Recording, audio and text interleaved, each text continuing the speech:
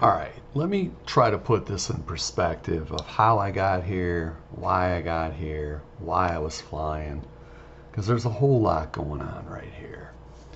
So what we have is we have the Mavic 3, and I was up in the air in some 0 degree wind chill factor temperatures.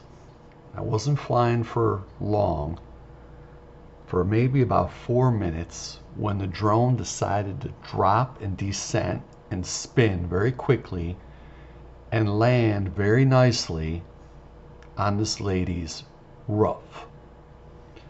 Now, what's crazy is this is behind the roof of the house, and I'm in my kitchen, and you are looking at what I am looking at through the camera of the Mavic 3 on the roof.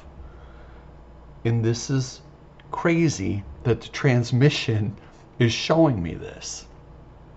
So I'm watching and I'm trying to figure out exactly where this is. It's not that far from me. I'm thinking maybe just a couple 100 feet, because I did see it go down, but I didn't see it go down on exactly whose roof it is. And I'm trying to remote start, because it would have remote started if the engines were not blocked. And I don't know at this time what caused that. Could have been freezing conditions, could have been ice forming on the props, could have been the wetsuit. At this point, I don't know what it is. But I will know what it is. So I decide to just let it continue to record for as long as it can.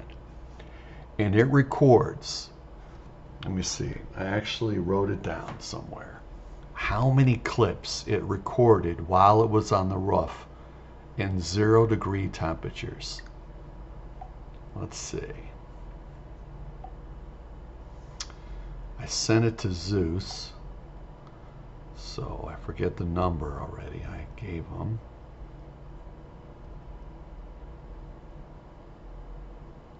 "68 video clips is what it recorded on the rooftop, which means it recorded from 4:05 to 5:29.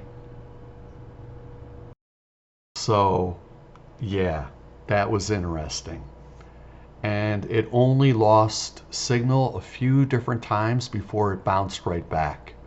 And at one point the controller was going dead, and I had to put it in my cabinet and hook it up, and I still was able to get transmission and camera signal. So that was blowing my mind.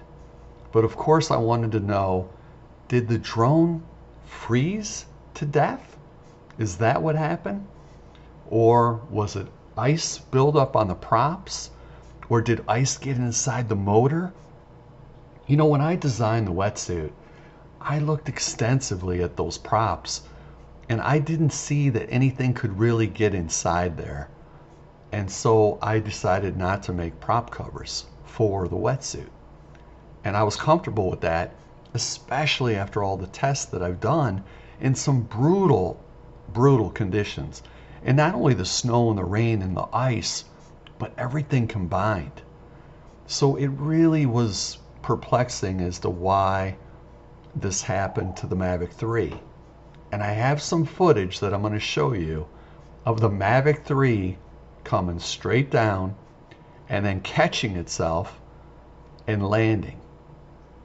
And that warning message right there is the warning message that I'm going to get when this happens. The funny thing is, I don't see it happen because I am adjusting the camera at the exact moment that the drone decides to descend on this person's roof. So at this point, the SD card is completely full, but the battery is still going, and I still have transmission from the Mavic 3 on top of this lady's roof. And I am just amazed at this point and so disappointed that I can't remote start off of this roof. that something is blocking the motors. And I kept trying to the very last second. I did not give up.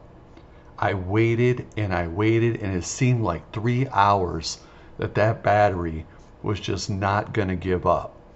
I took it all the way down to about 4%. And at that point, it just gave up the ghost and it was done.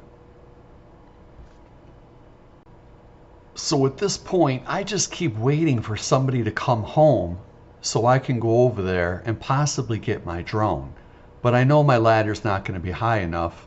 So I start making some crazy contraption that I came up with on my own. And I'm going to show you a picture of that I was going to use to try to get this drone off of the roof with using the ladder. Unfortunately, things don't go quite as planned because I'm dealing with somebody named Karen. So before we get to Karen, this is the Mavic 3 geared up with the wetsuit all in black on top of her roof at the very top. Not only that, she's the only one that has a wooden fence around the perimeter with about 4 different cameras. So as I see the cameras and I see the wooden fence, I start to formulate a plan of action, a genius plan, a crazy one, but nonetheless, my plan. So this is the Phantom Rain idea right here, the 30-foot tape measure with the hook. I just drilled a little hole on top and stuffed that thing through. And the reason why I did this is because when I went to go introduce myself to the woman that owns this house, it kind of went like this. Hi, I live right across the street. That's my garage right there and my car. And my drone landed on the top of your roof, and I was wondering if I could get a ladder and I could go up there and get it. And the level of fear and anxiety that took place within those few seconds, about 6 feet apart, both of us wearing masks, was undeniable.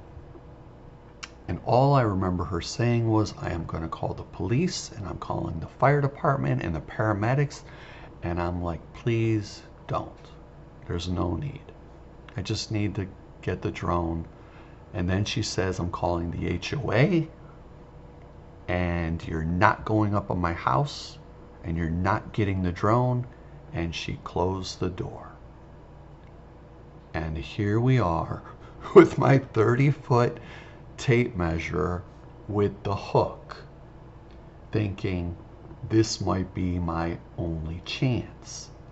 But because the perimeter of her backyard has that wooden fence and 4 cameras, and she is looking outside the windows every second of every day, I am not able to even try my idea.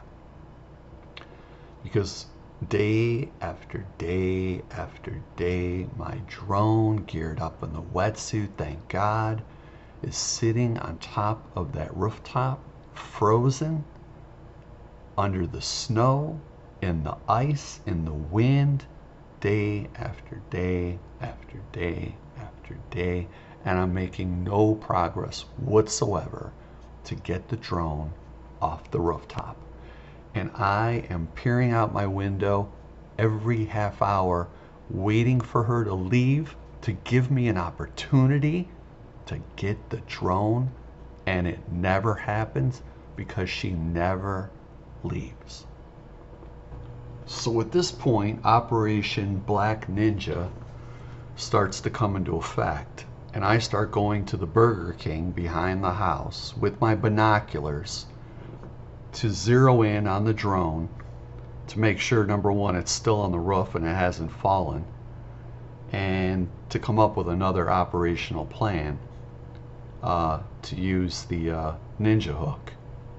but none of this is working. And all of a sudden the snow starts melting, and I come up with another plan.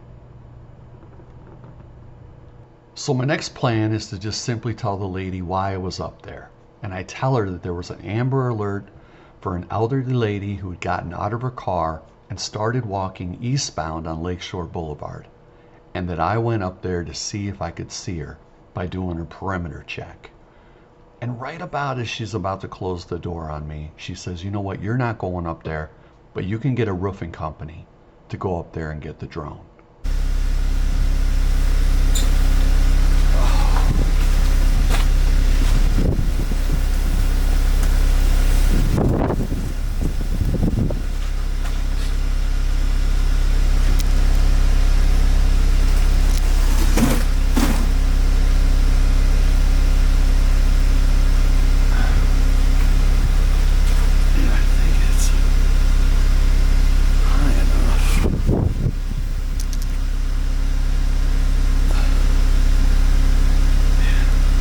So at this point, we want to know what causes the drone to fall out of the air like this. And we certainly have a couple great ideas. And one of the things that I'm going to discover is when I do get the drone back into my hands, I know exactly what happened and why it came down. So a few nights earlier, we had this fog, and I was flying in the fog, and then I went up that night. And when I came down in sport mode through the trees, and somehow, between holding the camera and the controller, I flew right into the deck. I mean, right square sport mode, right into the deck. The camera was not broken. There was just a little tiniest chip on the yellow part of the tip of the prop. So I replaced the prop with a brand new one, and I started flying again, never thinking that there was an issue with the props. I flew the night before that, and the day after that. I flew in the most brutal ice storm I've ever flown in, and I recorded it. It's on the YouTube. And then I decided to do the perimeter check, and that's when the drone goes down. And so when I get the drone back, I'm able to see that the black clip broke off inside the motor, which is why it stopped spinning. And on the other prop, it was still working, it was still spinning, but two of the clips were broken on that prop. And so I know it wasn't the landing.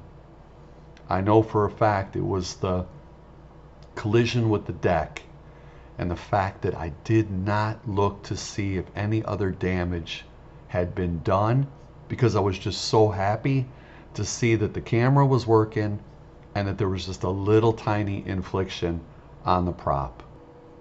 So this piece right here broke off the underside of the prop and got lodged into the motor and stopped the motor from being able to spin.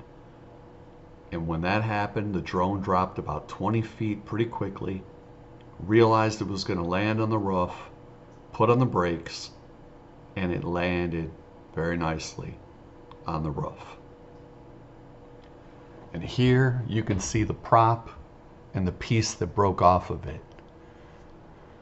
And the thing about it is I had flown in the most brutal ice storm over the lake in like 30-mile-an-hour winds, below zero temperatures, and I'm so lucky that the drone did not disappear into Lake Erie, because I don't even know how it was flying, because the other prop, there were two clips broken off that one, and it was still spinning.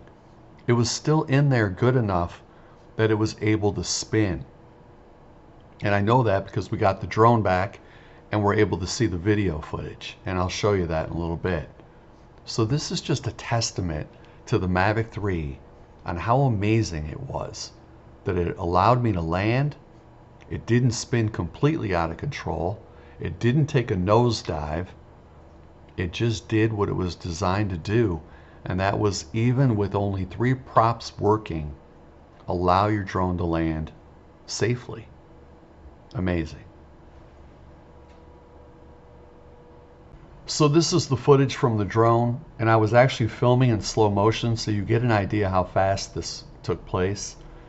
And I'm not seeing this at all. I'm in the garage working on the camera, and it's spinning. Remember that 3 props are working, and the back prop, left-hand side, is completely blocked. And it's going to land nice and easy on the roof. It's a slanted roof. And when it lands, it's just going to slide down and slide down into the snow and the ice. There's no damage happening here. And then all of a sudden, you're going to see me lift the gimbal up. And once I see where the gimbal's at, I now just have to match up the chimneys to find out which rooftop the drone landed on. So there it is. The 30-foot Ninja hook that I made that I never got a chance to use. The Mavic 3 that spent 4 days in the Arctic wilderness. You know she thought I forgot about her and that she was left for dead. She caused bad dreams and nightmares to everybody that knew she was up there. And the letter that I printed out for the Amber Alert for the lady that left her car and started walking in below 0 temperatures, and I got a response back that they found her and that she was deceased.